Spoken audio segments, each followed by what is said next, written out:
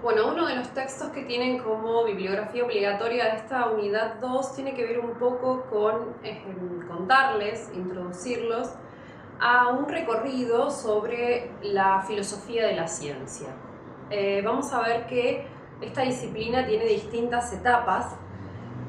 Por supuesto que tiene una larga tradición, es decir, que podríamos decir que nació con las reflexiones de Platón sobre las matemáticas en el siglo V a.C. Sin embargo, desde sus inicios hasta el primer cuarto del presente siglo, fundamentalmente estaba asociada más bien a la epistemología en un sentido amplio o también gnoseología. En general se trataba de filósofos con intereses en ciencia o científicos con intereses y formación filosófica que, si bien reflexionaban filosóficamente sobre la ciencia, dicha reflexión todavía no constituía su actividad central, es decir, no podríamos decir que todavía no era una disciplina. ¿Cuándo surge como disciplina la filosofía de la ciencia? Bueno, surge con especificidad propia cuando logra profesionalizarse, y esto se da en el periodo de entreguerras, aun cuando la primera cátedra de Filosofía e Historia de la Ciencia data de 1895. Esa cátedra estaba encabezada por Ernst Mach, quien es nombrado catedrático en ese momento en la Universidad de Viena. La profesionalización de la disciplina se da a partir de la conformación desde los años 20, más exactamente desde 1929, pasa a denominarse como Círculo de Viena. El Círculo de Viena, que eran un conjunto de filósofos, científicos, que se reunían los jueves por la tarde en la casa que se encontraba detrás de la universidad, incluso en algunos cafés de esos lugares, llevaban adelante discusiones sobre filosofía de la ciencia, incluso tienen un manifiesto, el manifiesto del Círculo de Viena. La mayoría de estos autores debe exiliarse con el ascenso del nacionalsocialismo, y es en Estados Unidos, en su mayoría, donde se desarrolla y se consolida la disciplina filosofía de la ciencia. En términos generales pueden distinguirse tres etapas de la filosofía de la ciencia o de la epistemología. Estas tres etapas, de algún modo, van a ser las tres etapas que configuran, organizan nuestro programa, el programa de la asignatura Epistemología General.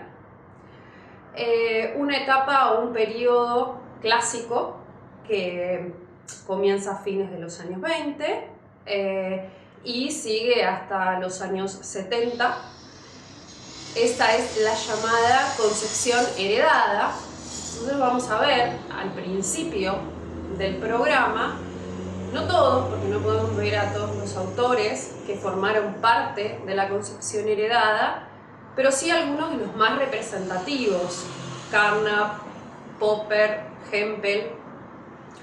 Hay un segundo periodo en las etapas de la filosofía de la ciencia, que es el denominado periodo historicista, que se inicia en los años 70, y es dominante durante los 70 y principio de los 80. Ahí podemos encontrar algunos nombres como Kuhn, Lakatos, Feyerabend. Y un tercer periodo, que es el periodo contemporáneo, que se inicia en los años 70 y se extiende hasta nuestros días. Ahí vamos a encontrar las llamadas epistemologías naturalizadas, epistemologías evolucionistas, las concepciones modelo-teóricas o estructuralistas de la ciencia, y también la concepción feminista. Bueno, vamos a detenernos ahora un poquito en cuáles eran las características de cada una, características principales de cada una de estas tres etapas. Algunas de las cuestiones que voy a decir son cosas que vamos a ir viendo en detalle a lo largo de la cursada. Es decir, que tal vez no haya una comprensión total en esto que pretende ser una introducción y que van a encontrar mucha información de manera muy sintetizada.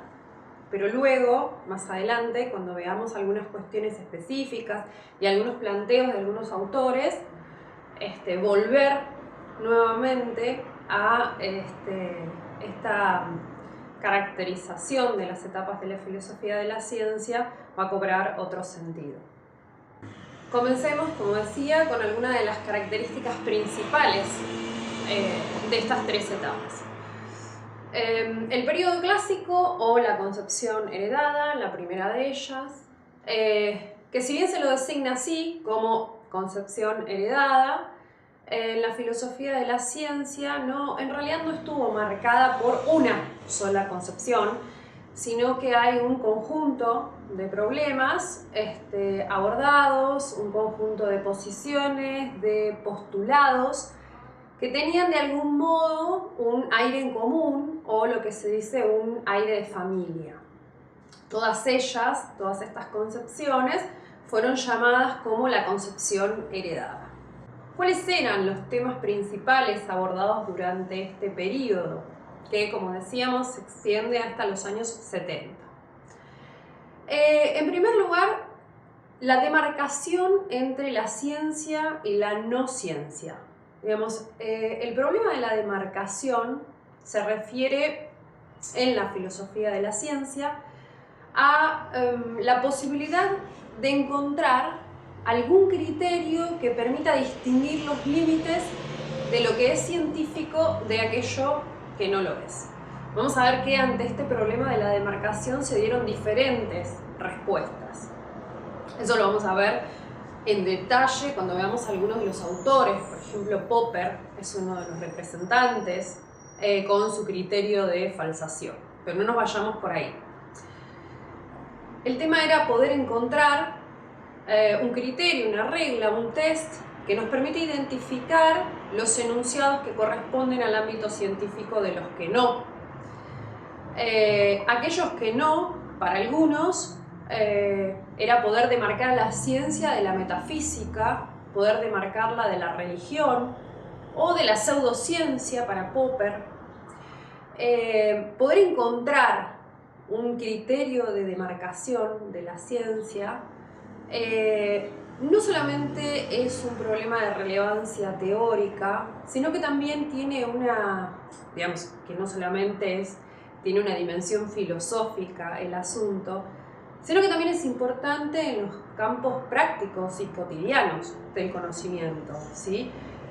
Poder distinguir o tener un criterio para distinguir aquello que es científico de lo que no, tiene relevancia, por ejemplo, desde el punto de vista económico, para financiar proyectos de investigación, desde el punto de vista jurídico y de política científica a la hora de evaluar determinadas pruebas, desde el punto de vista sanitario, porque es lo que permite, por ejemplo, prescribir determinados tratamientos médicos, desde el punto de vista educativo, porque es lo que nos permite establecer programas de estudio. Es decir, el problema de la demarcación, voy a recordar unas palabras de Lácatos, no es una distinción entre lo científico y lo pseudocientífico, en el sentido de que no es un pseudo problema para filósofos de salón, sino que tiene serias implicancias éticas y políticas. Esta es otra de las cuestiones que serán tratadas durante esta unidad, justamente, las cuestiones éticas, sociales, políticas, asociadas al conocimiento científico. Otra de las cuestiones centrales tratadas en la concepción heredada era la naturaleza de los conceptos científicos. Es decir, que la ciencia consiste en un conjunto de prácticas, tales como contrastar hipótesis, realizar experimentos, proponer explicaciones, construir modelos y teorías. Ahora bien, la teorización, a su vez, tiene otras prácticas. Por ejemplo, la de la conceptualización o la de la acuñación de nuevos conceptos. Con estos conceptos, los científicos formulan leyes y combinando esas leyes de algún modo tenemos las teorías. Pensemos que en conceptos como masa, fuerza, atracción, distancia.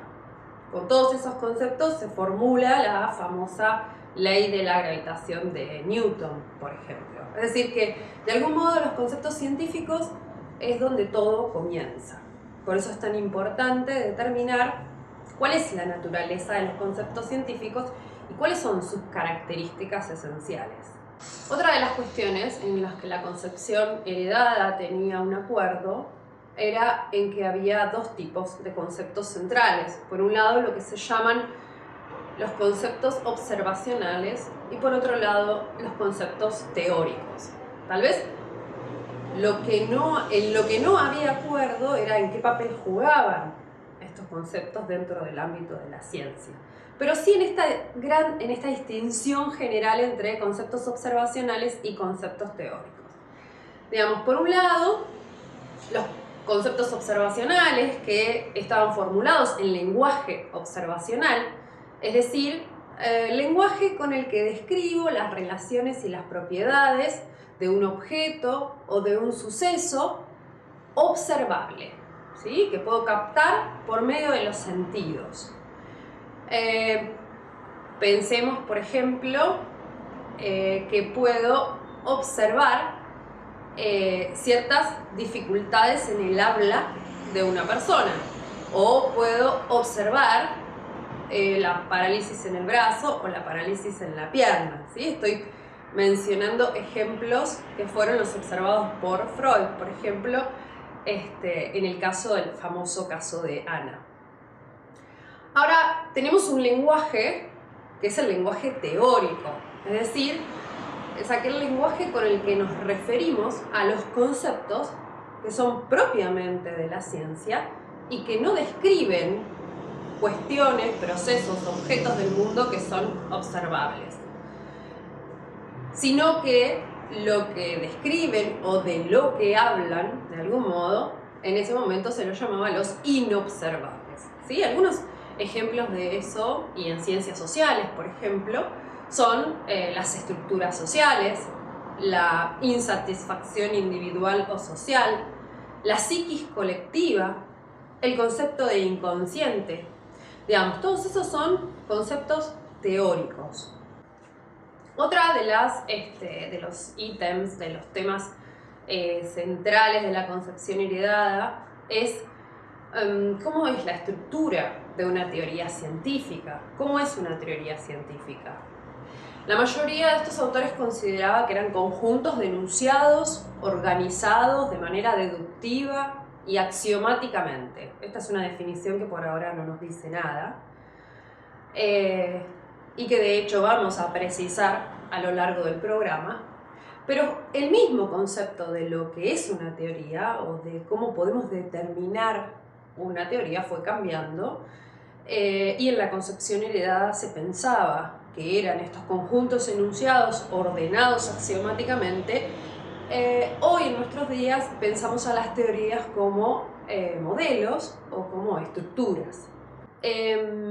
La relación entre la teoría y la experiencia, o cómo podía darse esta relación, era otra de las cuestiones que desvelaban a la concepción heredada. Pensemos que una teoría científica se construye para ajustarse a los datos del mundo disponibles, a las observaciones. Y de algún modo tenemos que poder poner a prueba esa teoría con el mundo para ver si esa teoría efectivamente explica ese mundo de algún modo. Entonces, necesitamos testear esa teoría, ponerla a prueba, contrastarla, ¿sí? Todos conceptos que van a ir apareciendo a lo largo de la cursada. Necesitamos comparar, observar, contrastar ese lenguaje, esa teoría. O sea, si pensamos que se elaboran distintas teorías para explicar distintos fenómenos del mundo, tengo que poder poner a prueba las hipótesis que constituyen esa teoría. Y esas hipótesis tienen que ser contrastadas empíricamente, porque todas las hipótesis que se me ocurran no pueden ser válidas para explicar determinado fenómeno. Más allá de cuál sea la decisión que se tome, de cómo se contrastan las hipótesis y cuál es el método indicado para hacerlo, sí había un acuerdo general en la concepción heredada, y era que necesitábamos algún criterio que nos permita ajustar nuestra teoría con el fenómeno que quiero explicar del mundo. Otra de las cuestiones centrales era la naturaleza de la explicación y las predicciones científicas. En general, todos acordaban que el método hipotético deductivo era aceptado para poner a prueba y para contrastar, para someter a examen las hipótesis. El segundo periodo, el llamado periodo historicista, que se da a finales de los años 50, sin embargo ya antes comienzan a plantearse una serie de críticas a la concepción heredada. ¿Cuáles eran estas críticas, digamos, que de algún modo son el puntapié de la concepción historicista? Bueno, que la concepción heredada depositaba demasiada fe y demasiada confianza en el formalismo lógico. En traducir toda la ciencia a enunciados de la lógica.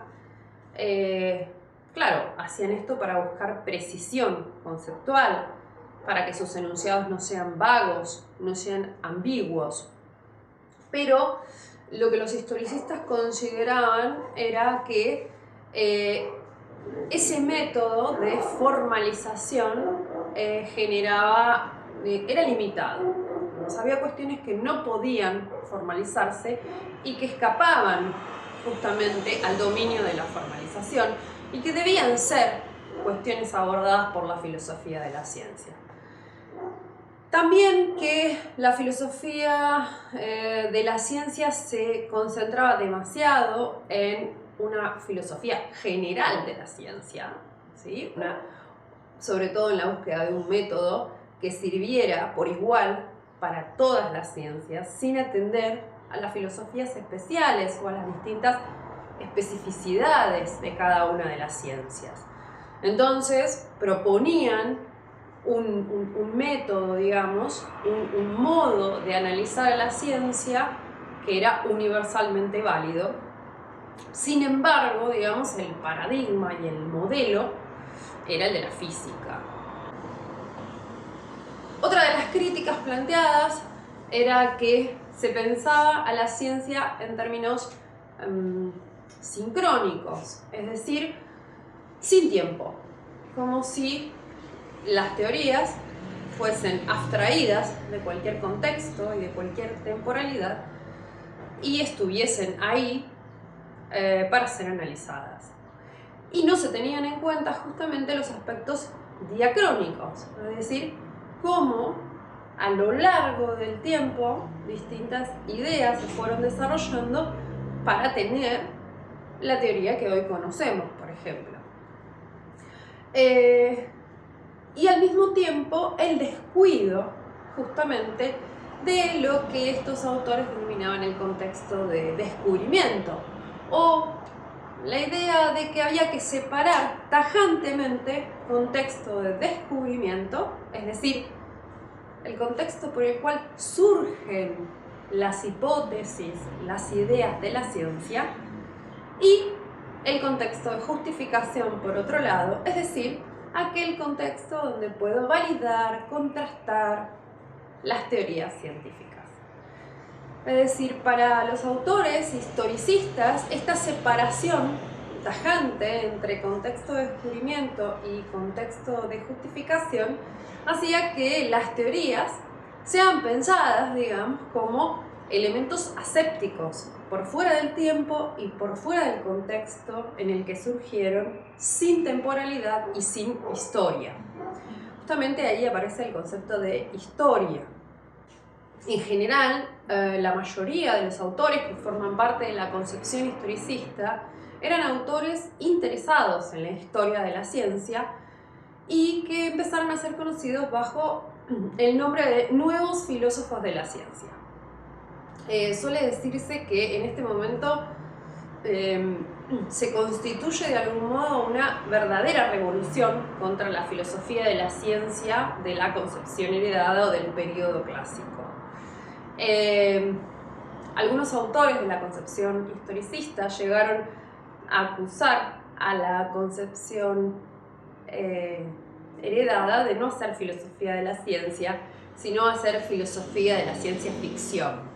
Es decir, de algún modo tratando de mostrar que lo que hacían estaba completamente alejado, escindido de cómo realmente funciona la ciencia y cómo la practican y la practicaron. La concepción historicista, la incidencia de algunos autores, por nombrar solo algunos, Thomas Kuhn, Lakatos, Feyerabend, fue decisiva para la irrupción de esta perspectiva histórica dentro de la filosofía de la ciencia. Especialmente se da a partir de la publicación de la estructura de las revoluciones científicas de Thomas Kuhn. La influencia de estos autores se hizo sentir en algunas cuestiones principales, que voy a sintetizar por supuesto, pero que tiene que ver con algo que ya mencioné anteriormente, pero que tiene que ver con poner en primer plano en el análisis de la ciencia cuestiones tales como la importancia de los estudios históricos y los determinantes sociales. Pero no solamente eso, sino incluir al contexto de descubrimiento en el análisis de la ciencia y no considerar que el contexto de descubrimiento le corresponde a otras disciplinas por fuera de la filosofía de la ciencia. Otra de las cuestiones introducidas por esta corriente fue la del problema de la carga teórica de las observaciones, es decir, la concepción heredada, y dentro de la concepción heredada, la concepción inductivista, tenía demasiada confianza en que la ciencia partía de la observación y que la observación era la base segura sobre la que se construía el conocimiento científico. De algún modo, estos autores introducen algunas críticas justamente a la cuestión de la neutralidad de la observación. Es imposible que nuestras observaciones sean neutrales, sean primeras, sean infalibles y sean la base segura sobre la que se asienta el conocimiento científico, ya que todas nuestras observaciones de algún modo están condicionadas por alguna teoría previa. Vamos a suponer un ejemplo sencillo. Si en este momento yo les dijera o me dijeran mira esta silla o mira el color de esta silla, para poder realizar esa observación antes tengo que tener de algún modo el concepto de silla para poder identificar eso que estoy observando. Es decir, que de algún modo siempre hay, por más rudimentario que sea, una teoría que es previa a nuestra observación, que antecede nuestra observación y que condiciona aquello que observamos. Las críticas a la cuestión de la observación en su relación con la teoría fueron una de las cuestiones fundamentales introducidas por la perspectiva historicista.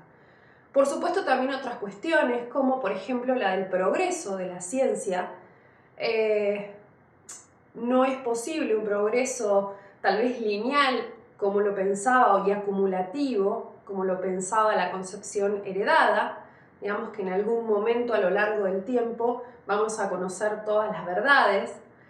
El progreso fue todo otro concepto de discusión en la filosofía de la ciencia, cómo entenderlo, cómo considerar que hay progreso o no en la ciencia. Otra cuestión era la racionalidad de los científicos y si la ciencia realmente era una práctica, una empresa completamente racional o si contenía algunas cuestiones irracionales. Vamos a ver esto en mayor detalle cuando veamos Kuhn, por ejemplo. Por último, el periodo contemporáneo, periodo en el que todavía nos encontramos, que se inicia, como ya dijimos también, en los años 70 y sigue hasta nuestros días.